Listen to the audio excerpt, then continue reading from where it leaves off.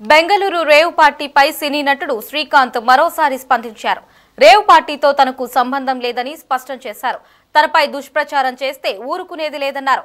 తాను ఒక family man అని, తనపై ఆరోపణలు చేయడం కరెక్ట్ కాదని తెలిపారు.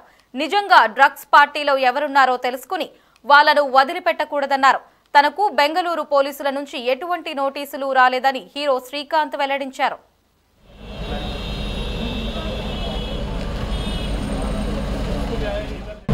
అదే వాడి అతను ఎవరో నాలాగా ఉంటుంటే నాకేంటి అది గెట్టంతో వాళ్ళకి గెట్టం అందరూ అనొచ్చు. ముందు రోజు నేను ఫంక్షన్ వెళ్ళాను ఇక్కడ, ఒక రోజులో గెట్టం వచ్చాను.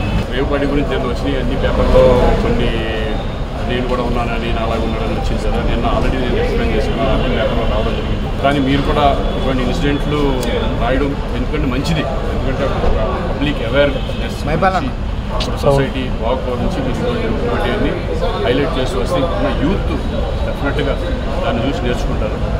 సో ఒకటే ఏంటంటే నేను మీ ద్వారా నేను అనేది ఫేక్ న్యూస్ని మాత్రం ఒక పర్సన్ మీద రాయొద్దని రిక్వెస్ట్ చేస్తున్నాను. తెలుసుకుని నిజంగా ఉందంటే నిజం రాయండి, లేదంటే లేదంటే కనుక కానీ ఎలా వెళ్ళాలి, ఒకవేళ నిజంగా ఇంకా చేసినా ఇంకా రాస్తున్నారు అనుకోండి, ఛాలెంజ్తో కోర్టుకు కానీ లేకపోతే నేను కేసు ఫైల్ చేయడం.